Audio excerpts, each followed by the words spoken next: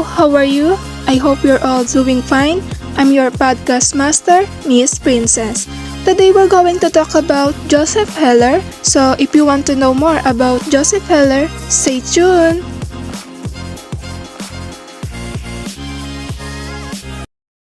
Joseph Heller was born on May 1, 1923 in the Coney Island district of Brooklyn, New York, the son of Isaac and Lena Heller. His parents were Jewish immigrants from Russia. Isaac, who arrived in America in 1913, was agnostic, interested in socialist politics, and a delivery truck driver for a wholesale baker.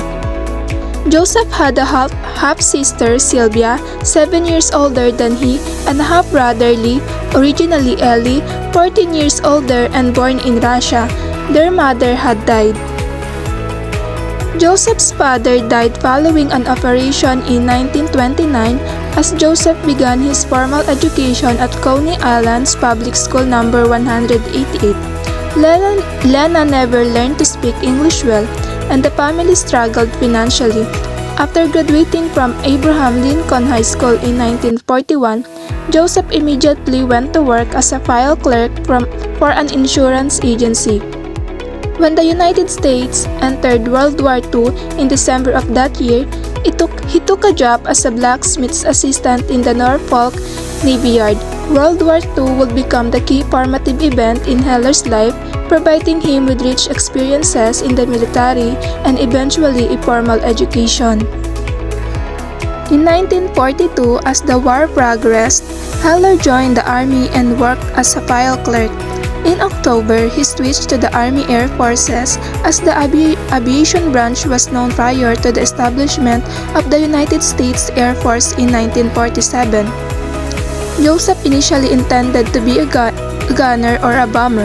When he was told erroneously that the average lifespan of a gunner in combat was 3 days, he quickly enrolled in cadet school to become an officer and bombardier.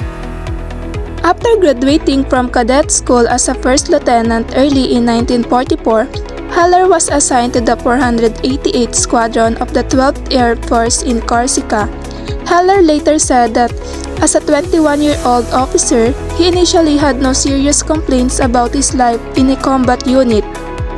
He enjoyed the camaraderie of his fellow airmen on the base and the pleasures of visits to the group's officer apartments in Rome following the city's liberation in June. The bombing runs went well enough. All that changed on Heller's 37th mission, a raid on Avignon on the Rhone River in southeast France, the basis of a fictionalized account that is central to Catch 22. During the bombing run, a co-pilot panicked and set the B-25 into a dive, causing Heller to be pressed against the top of the bombardier's compartment. After the plane was again under control, the co-pilot called over the intercom, "Help him, help him." Heller replied, "Help who?" "Help the bombardier," was the co-pilot's response. "I'm the bombardier, I'm alright," Heller answered. When he then checked the rear of the plane, however, Heller found that one of the gunners was, in fact, wounded, and Heller realized that death lay near on these flights. The young lieutenant's war was not the same after that. He did complete 60 missions in the Mediterranean and received an Air Medal as well as Presidential Unit Citation with his honorable discharge. Because of the GI Bill, a federal program that helped tens of thousands of veterans to pursue higher education following the war, Heller was able to enroll at the University of Southern California in 1945. He published his first short story in the prestigious Story magazine that year and was married to Shirley Held, with whom he eventually had 2 children, Erica Hill and Theodore Michael. The next year, he transferred to New York University. At New York University, under the tutelage of Professor Maurice Bodin, Heller came to believe that he could be a professional writer. He received his Bachelor of Arts degree in 1948 with the distinction of being named to the Academic Honor Society Phi Beta Kappa. That year, he also published 2 short stories in The Atlantic Monthly and 2 more in Esquire. Heller earned his Master of Arts degree in American Literature from Columbia University the next year, as well as Fulbright scholarship to study for a year at Oxford University in England. Following a short teaching stint at Pennsylvania State University, Heller joined the corporate world as advertising manager at Time magazine. In 1953, he began working on a novel tentatively titled Catch 18. He later changed the title to avoid confusion with Leon Urie's novel Mila 18. Heller accepted a managerial advertising job at Look magazine in 1956 and moved to McCall's in 1958, still spending 2 hours a night on his novel. He later said that he once became discouraged, leaving the manuscript for a week to seek diversions, including watching televisions, but he was so bored that he hurried back to the notebook. He wondered how in the world people live without a novel to write. Catch 22 was published in 1961, although he taught creative writing courses at Yale and the University of Pennsylvania. Heller became a full-time writer for most of the next decade, returning to teaching at City College of New York from 1971 to 1975. Heller's personal life took dramatic turns in 1981 as he separated from his wife Shirley, from whom he was divorced in 1984. In December 1981, Heller discovered that he had Guillain-Barré syndrome, a rare paralytic disease. His struggle with and slow recovery from the disease is recorded in No Laughing Matter in 1986, written with his friend Speed Bogle. During his rehabilitation, Heller met a nurse, Valerie Humphreys, whom he married in 1987. In addition to his fiction and memoir, Heller wrote for the theater, television, and motion pictures. He continued his writing and teaching career until his death of a heart attack at his home in East Hampton, New York on December 12, 1999. Joseph Heller was an unknown novelist from November 10, 1961, the official date of the publication of his first book, Catch 22. Within 2 years, the novel and the author had made a place for themselves in literary history. It was a hard act to follow. Throughout his career, Heller's work was repeatedly compared, usually unfavorably, to his first effort.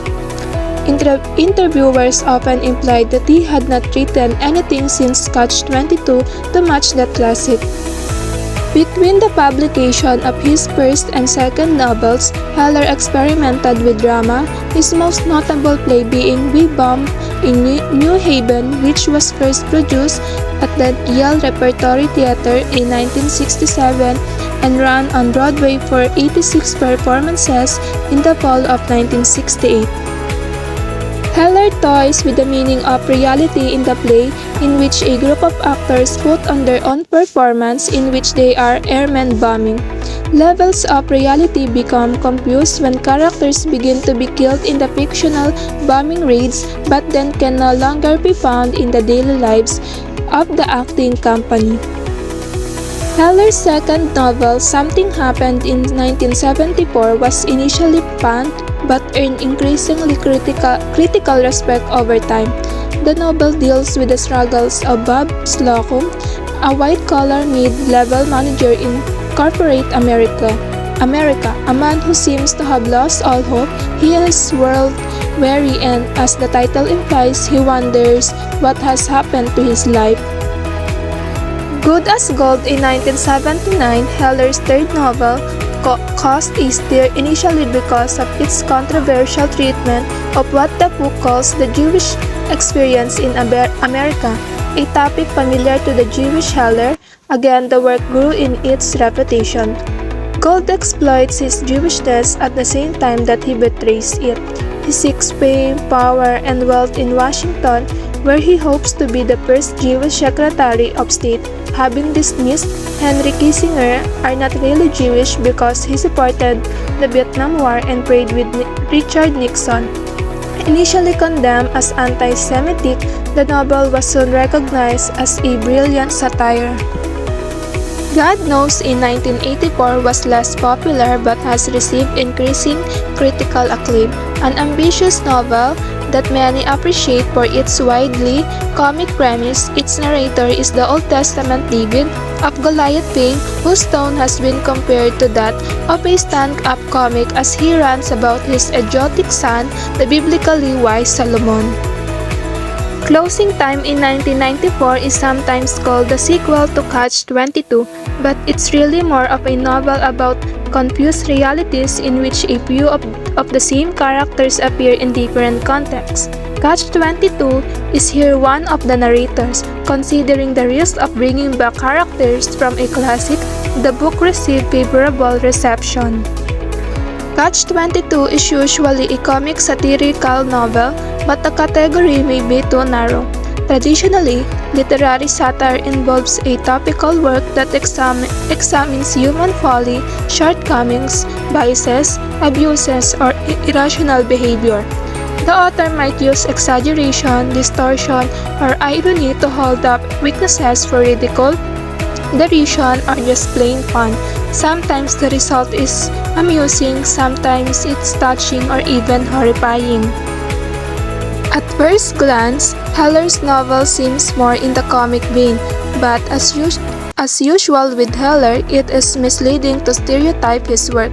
Just as we find the stories of the men of the 256th Squadron amusingly filled with outrageous antics, were suddenly brought up short by the horror of war. Heller's passionate indignation is directed initially at military, political, and institutional targets, experienced directly by the men stationed on Pianosa. In the end, however, we come away with the notion that the novel is dealing with universal flaws and truths that also exist beyond the squadron. Our inferences are both comic and profound. One category of satire is the confusion between appearance and reality, in which the institution declares reality because of appearance and the institution's own limited view. In a work of literature, a theme is a recurring, unifying subject or idea, a motif that helps us better understand a work of art. With a novel as richly ambiguous as Catch-22, we look to themes as guides, but it is important to be open-minded and flexible while we do so. A good deal is left to individual interpretation so that one reader might disagree with another without necessarily being wrong or right about what the novel is saying. Heller employs themes in the manner of a musical composer, often introducing them briefly, then returning as the novel progresses, embellishing and augmenting as it goes. Some of the major themes involve the concept of Catch-22, the distortion of justice, the influence of greed, and the issue of personal integrity. The theme of personal integrity runs throughout Catch-22 and is central to an understanding of Yossarian. The novel presents a struggle between individual and institution.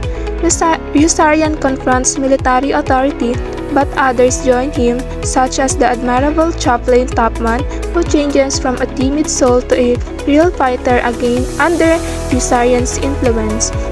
In the base hospital, the soldier in white represents loss of identity within the system. No one knows whether the soldier is a man or a woman, or black or white, or indeed whether there is even a soldier inside all that gauze and plaster casing. To regain one's identity, each person must seek his own personal integrity. Yossarian, who would seem most skeptical about integrity, does take a stand in the end. He rejects Colonel Korn's deal even though it offers Yossarian an automatic trip home, superficial honor and respect, and peace at last. Although it may seem best for him and for the authorities, Yossarian cannot accept Korn's offer because it would be a betrayal of the rest of the squadron. He would be losing himself to the system. To find himself, he must declare a separate peace and flee. Heller embodies his satire of capitalism in the character of Milo Minderbinder, whose obsessive pursuit of profits causes many deaths and much suffering among his fellow soldiers.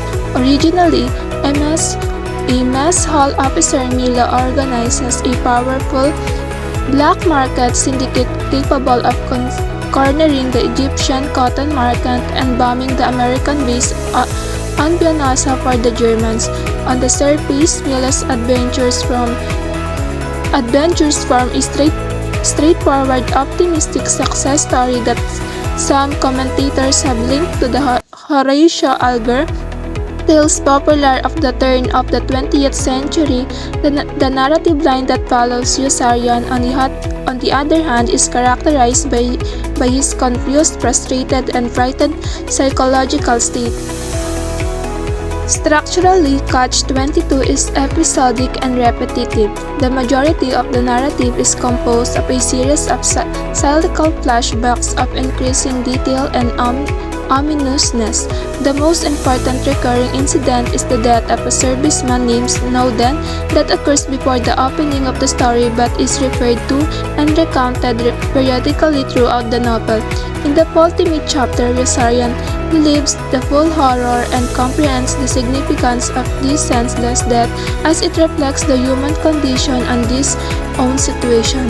This narrative method led many critics, particularly early reviewers, to condemn Heller's novel as formless.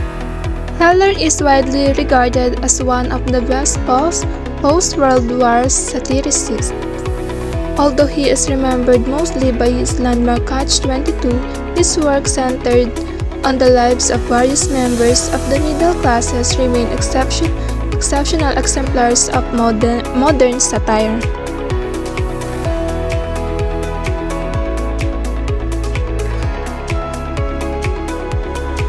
So, that's it! I hope you've learned something from our discussion about Joseph Heller. So if you want to know more about different authors, just leave a message. Thank you for listening. Bye-bye!